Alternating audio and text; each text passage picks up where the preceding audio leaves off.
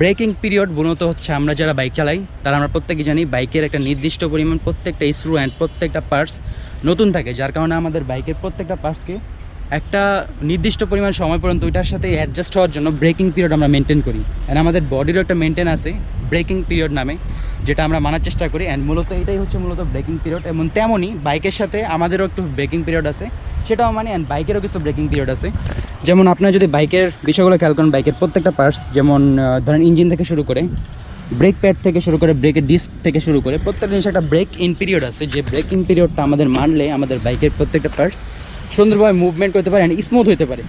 আমাদের যারা বাইক আছে এই বাইকগুলোর মানে বাংলাদেশে যেসব আমরা বাইক চালাই এই বাইকগুলোর ইঞ্জিনটা রিফ্রেশ হইতে মোটামুটি 10,000 কিলোমিটার বাইকটা রাইড করতে হয়। আমরা যদি 10,000 কিলোমিটার বাইকটা রাইড না করি তাহলে কিন্তু আমাদের বাইকটা ওই পরিমাণে স্মুথনেস হচ্ছে না। সো বাইকটা যখন স্মুথ থেকে রানিং হবে তখন আমাদের বাইকের পারফরমেন্সটাও গেন হবে, পারফরমেন্সটা বাড়বে। বাইকটার সাথে মূলত